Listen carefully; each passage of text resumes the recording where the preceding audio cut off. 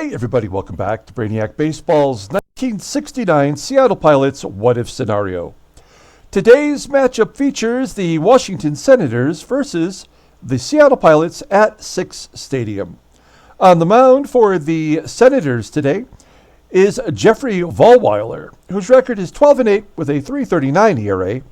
And pitching for the Pilots is Bob Meyer, whose record is 6-9 with a 3.96 ERA. Well, we had a close victory yesterday, 6 in a row. Marshall gave up 2 runs in the 9th inning, but I wasn't afraid. Like, we give up so many junk runs in these ball games that I don't even get concerned about it. And we were victorious. So we have a 6-game winning streak. If you look at the standings, we are still 3 games back of Oakland, and we are on the last day of the month. Looking back at the calendar here. So we'll finish up versus the Senators today. And then later tonight, we'll have the end of the month standings and league leaders video, where we'll also take a moment and look at the September call-ups. And because we don't have that much to choose from in the minor leagues, I'm assuming it's going to have almost every player available for a September call-up. But I'll just point out which ones that we will use. I don't feel like you should be able to use all of your players. This is one rule that I'm glad MLB has changed. Instead of like expanding to a 40-man roster in real life, I think they expand it to 30, and then of those players, you have to choose which ones are available for that specific game, and that is much more fair of a way to go through a playoff run. I don't actually incorporate that into my use a full 40-man roster if it's available to me. But because we are a expansion team, and most of the players that we have are single A players who are not ready for baseball, I'll just pick out the ones that I think we should use for the month of September. You may be interested in that. Okay, let's go ahead and get today's game started. As always, I appreciate everyone following along. Like and or subscribe to the channel. Don't forget, tomorrow is the final division preview for the 1984 Detroit Tigers season replay. We're going to do the National League West and preview that division and see who may come out of that division with the possible chance at a pennant. Okay, we have Bob Meyer on the mound. It looks like the Senators are batting .234 against him this year. All of the bullpen is available, which is great. We'll use everybody. And I think our strategy has been really sound lately, where we pull our starting pitcher, early if we need to. And we will definitely do that today because we have all the bullpen available, and then tomorrow we have the call-ups. So we'll have enough pitchers available to us tomorrow if we use everybody today. Okay, here's our lineup versus Jeffrey Vollweiler. You may remember that he was a career minor leaguer, somehow getting a second lease on life and a longer baseball career. And we have AGEE leading off today. Otherwise, it's our standard lineup versus right-handers. The only real difference is Mike Keegan's not playing because he's so terrible and we just can't find a spot for him. And because we have a left-hander on the mound, it looks like the Senators are mixing it up a little bit today. So let's go ahead and take a look at the Washington Senators lineup. Batting the leadoff, playing third base is Toby HARRAH. Batting second and catching is Jim French. Batting third at first base is Mike EPSTEIN. Batting cleanup in left field is Frank Howard. Batting fifth in right field is Brant ALYEA. Batting sixth in center field is Hank Allen. Batting seventh at shortstop is Ed Brinkman. Batting eighth at second base is Tim Cullen. And batting ninth is the pitcher Vollweiler. Okay, let's take a look here at Bob Meyer making his 29th start. I think he's one of 2 pitchers who've made all their starts this year, Meyer and Patton. He's 6-9 with a 3.96 ERA, 110 strikeouts in 138 2/3 innings pitched. Opponents are batting .258 against him. No complete games this year. You already know he's a one-pitch pitcher, but his fastball is a good one. It is tops out at 97 and is rated at 96. His overall rating has jumped up to an 82. It's almost like the game has preserved like some of their strength for now, because we've gone through that period where we just couldn't get our pitchers out of the 4th and 5th inning, and the ratings have all gone up, so that's a good sign. Let's take a look here at the log of record. Hey, he went 5 innings, gave up 1 hit in his last start, and he got his 6th win. He's won 2 decisions in a row. That's kind of impressive. There was that 2 and the 3rd inning start versus Baltimore, which was not very good. And other than that, he had that start at California where he went 8 innings. So, I mean, he does seem to be picking it up here at just the right time. Let's take a look at our defense. McNERTNEY back behind the plate after a day off, and first base is Deron Johnson. Everybody else is good. Now, I don't know who's setting the lineup for the Senators, but having, 2 batters at the top of your lineup batting under 200, probably not a good strategy. But Toby HARRAH will be leading off versus Bob Meyer. HARRAH's a rookie in this sim as he pops it up near the bag at second. Play is made by Kelly. 1 out. Jim French batting .187, 9 home runs. He had a home run in the first game of the series, and he strikes out on the fastball. Of course, I mean, he's going to throw all fastballs. Very seldom will he give a curve. And then, not only did they have 2 batters under 200, but they put their two lefties at the top of the lineup. Here we go. Mike Epstein, pretty solid hitter, and he walks a ton. Popping it up here into shallow right field. Kelly backpedaling, making the catch. We go to the bottom of the first inning. Let's take a look at the Pirates lineup rundown. Batting leadoff in center field is Tommie, AGEE. Batting second in left field is Lou Piniella. Batting third, playing right field is Joe PEPITONE. Batting cleanup, playing first base is Deron Johnson. Batting fifth at third base is Rich Rollins. Batting sixth and catching is Jerry McNERTNEY. Batting seventh at second base is Van Kelly. Batting eighth at shortstop is Don Kessinger. And batting ninth is the pitcher Bob Meyer. Okay, Jeffrey Vollweiler, I think he has to be a major candidate for Rookie of the Year. He's making his 30th start. He's 12-8 with a 3.39 ERA. And opponents are batting .201 against him. That is almost Brabender level. But this is the problem. He walked 141 batters in 212 innings pitched. You can't do that. He gives up the long ball as well. He's given up 26 home runs this year. He has 4 complete games. His fastball tops out at 90 miles an hour. His curveball is his out pitch, is rated 95, and a solid changeup at 81. Overall, rated an 86, the 23-year-old righty is arbitration eligible in 1971. I know we have faced him once. Yes, way back in May. Oh, we faced him twice now. So back in May, he got the win, getting one of his complete games against us. So he gave up 1 run on 7 hits, and then on August 3rd, he got a no decision, going 8, giving up 1 run on 7 hits. So, yeah, it's about the same, actually. So I guess we kind of know what to expect today. We are going to have to try to get at least 2 runs. There we go. All right. Let's take a look at the defense for the Senators.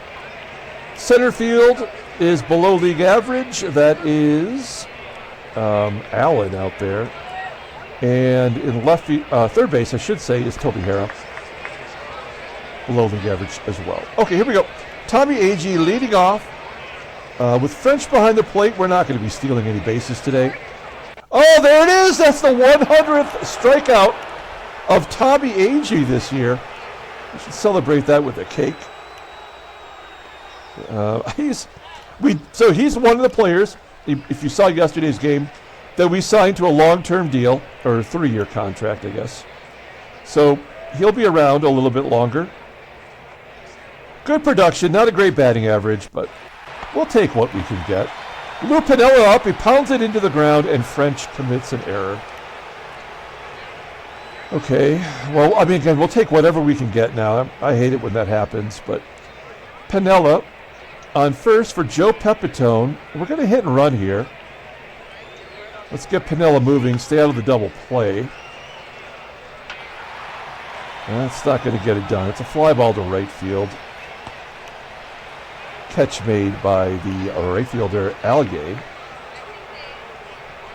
2 down for Deron Johnson. I thought about setting him today. He strikes out, but Hegan's been terrible. We go to the top of the second inning. No score, Frank Howard leading off. Here come all the righties. Howard, ALYEA, and Allen. There we go. Howard lines it to right field. That's a base hit. He doesn't have enough speed to get to second base. So leadoff man is on in the inning. Here is Brant ALYEA. Another batter in the lineup, under 200. Jammed inside, a ground ball to second. That is an easy double play. Oh, they can't turn 2 on ALYEA. Hustling down the line. That's unfortunate. That should have been a gimme right there. Here's Hank Allen. He's the guy out in center field today. 0-1 count. They have Bernie Allen and Hank Allen, so I was a little confused earlier when I was addressing the center fielder. There's a line drive to center. There's 2 down, and Ed Brinkman's up. 273 hitter. Off the wall. Is ALYEA going to score? Oh, he's going to hold it third. Now, we should, it's the right thing to do. We're going to walk Cullen, who's batting .340. I know it's early in the game with 2 outs. We probably, no manager would really do this, but no manager's playing the shitty game. So we're going to intentionally walk Cullen to get to the pitcher. Now, it would not surprise me if there's a wild pitch, a pass ball, a balk, an error. But I don't think Vollweiler is going to get a hit. Can Meyer strike him out with a 97-mile-an-hour fastball? 2-1 count, not going to strike him out. And a base hit to right. So there was never anything we were going to be able to do to stop it, right? A 103 hitting pitcher gets a base hit and drives in 2 runs. So there's the wild pitch. I knew that was coming. So this game is over. That's unfortunate. But that's how it goes. There's another run scored. Oh, no, it's going to be caught. Yeah. I mean, that's the ball game right there. So Vollweiler's never given up more than a run against us, and he struck out 2 in the first inning. So unfortunately, that is our death rattle there. So we're just pushing buttons, getting through this one. I mean, we did have a 6-game hitting streak. The only question is now, will Oakland win and get a game back on us? So that's unfortunate. There's a walk. He walks a left-hander, and he gives up a base hit to the other left-hander. So, yeah, this game is toast. It's a ground ball to third. When we did not get that double play, that was the indicator of this game when ALYEA was beat out the double play. We'll pull the infield in, but it won't make a difference here. Let's pop up. And then Hank Allen. Another walk. Brinkman. Another walk. It's 4-0. Cullen. A pop-up. So, yeah, I mean, there's nothing we can do. So we just have to take our cuts. Meyer will come out of the ball game here. I guess we'll bring in Mike Keegan. He'll be first off the bench today. And he strikes out. Nope, fly ball to right.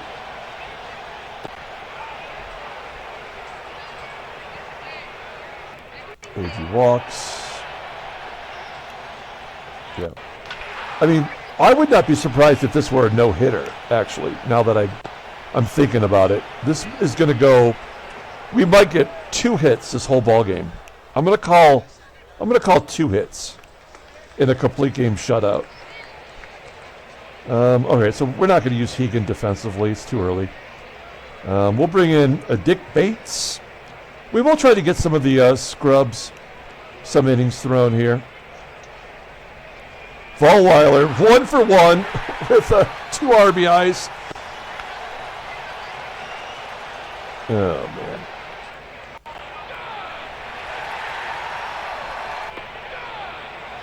Great. Bates strikes out too. That's just ridiculous.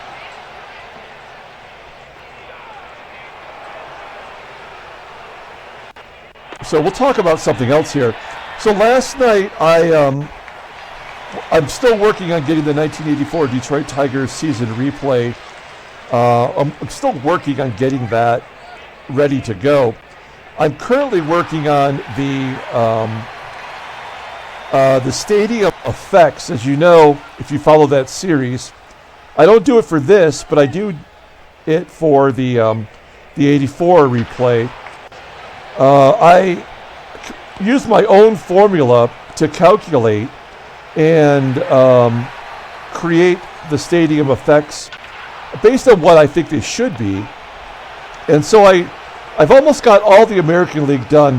What I'm afraid that's going to happen is that when I buy the new version, when it comes out on the 28th, it's going to reset all of my everything. It might reset all the photos and all the logos and all that crap.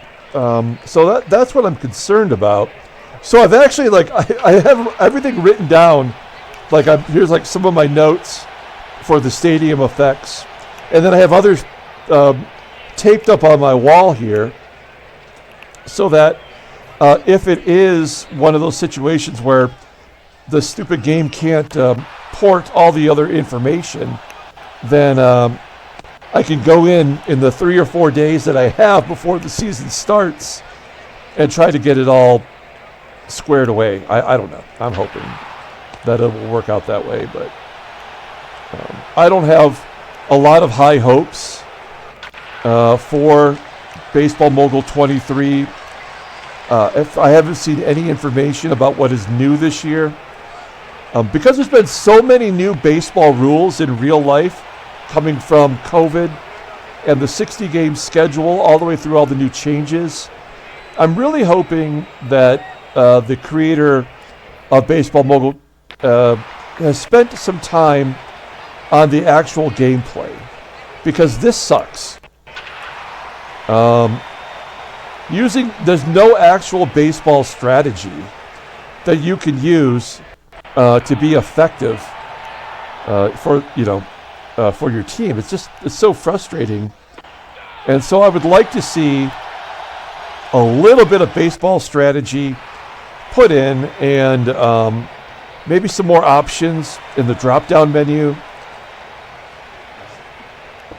And just lose the predictability. Lose the wild. I mean, I don't care if we ever see a pass ball, wild pitch, or balk again.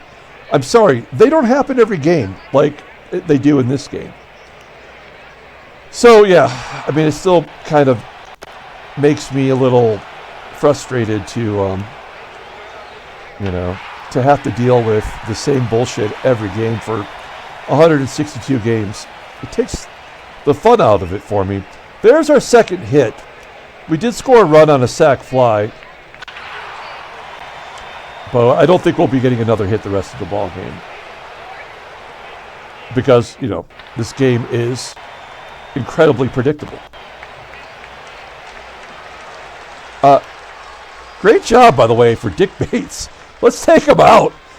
I don't think he could do any better than giving up 3 hits in 3 innings and 4 strikeouts. We got 2 lefties coming up. That'll get his ERA under 5. Let's bring in John Morris. We'll save Locke. We'll give J-Mo some opportunities here. Yeah, he's going to walk French. He does not get lefties out.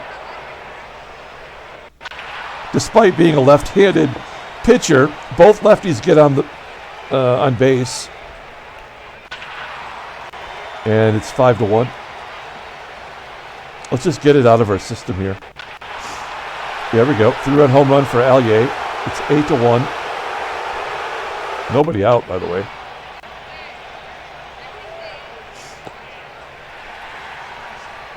I can't be mad because we knew we were going to lose in the first inning when we didn't turn the double play.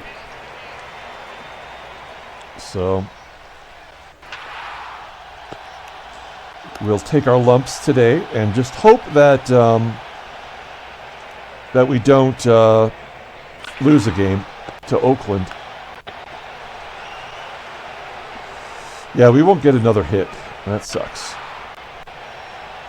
But we did get a run at least. It was on a sack fly.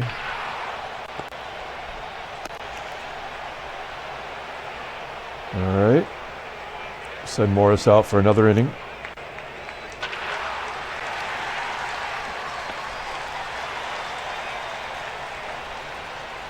This might be the shortest game of the year.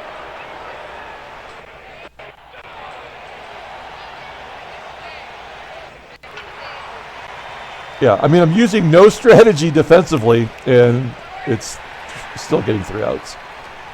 Okay, so Morris won't bat here. I think we're going to let Bosch bat. It's the only other left-handed bat on the bench. Switch hitter, turn around, bat lefty, ground ball. Yeah, this game was over in the first inning. And this is a nobody. He doesn't even have a photograph. That's the crazy thing. There's no way to even identify him as a human being.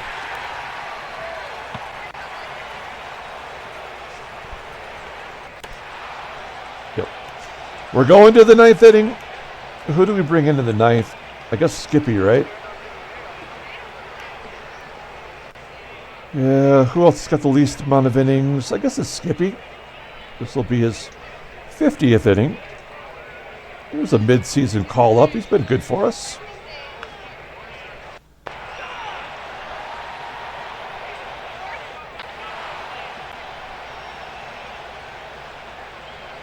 All right, and there it is.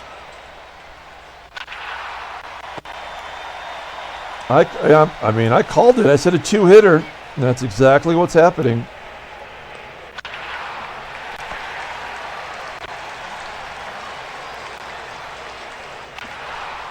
Oh, I thought we were going to get the 3rd hit right there. Of course not.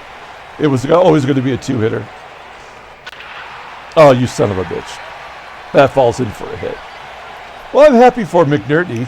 McNERTNEY almost has 100 hits as a career backup catcher. Yeah, he's got 94 right now. Probably the only player on the team that's happy. And Van Kelly. That'll end it. So we lose 8-1. This game was over in the first inning. We're not going to look at the standings, or we'll take a look at. We will take a look at the transactions. Well, we'll look at the headlines. I guess we'll look at headlines, right? Baltimore beats Minnesota. Who cares? Kroll in control as Indians beat the Tigers. So Indians are still holding on, and Vollweiler, yeah, gives up 3 hits. Transactions. Oh, okay. Oakland signs Rick Monday to a 4-year extension. Oh, there's a whole bunch of things going on here. Okay. Whoa. All right. So Willie Mays hit his 600th home run. That's amazing. Good job by Willie. Say hey kid. At 600. He's only got 13 this year, but he's playing every day. Oh, he's a free agent. Maybe we sign Willie Mays next year. That would be terrible. I would never want to see Willie Mays wearing a pilot's uniform. Jim Campbell, all the distress about Jim Campbell taking over at first base. He's done until the end of the year. I'm curious who the first baseman is for Baltimore. We'll have to check that in another video. And Tony Cloninger is done until spring training. The Reds pitcher has elbow tendonitis. Still manages to get over 206 innings pitched. And then, as I mentioned, Rick Monday signs a 4-year deal with Oaktown. It still shows him going to arbitration this year. I got to edit it because the frickin' game doesn't somehow recognize new contracts. So I always have to remember to do that. All right, let's pull up the box score and get out of here. There's the month of September coming up. We're going to do a, whoa, thanks, getting a advertisement for WinZip. That's weird. Anyway, yeah, we got to go back here. So coming up later today is the end of the month of August standings and league leaders video. We're going to take a look at all of that, plus the September call-ups. We'll let you know who the September call-ups are. Nobody's getting, oh, you know what? We're going to give the player of the game to Dick Bates. Going 3 innings in relief. How often does he ever get any accolades? Never, really, because he deserves none. But today we're going to give him one. So that's going to do it. We're going to come back a little bit later. Until then, everyone, have a great day. Whoa.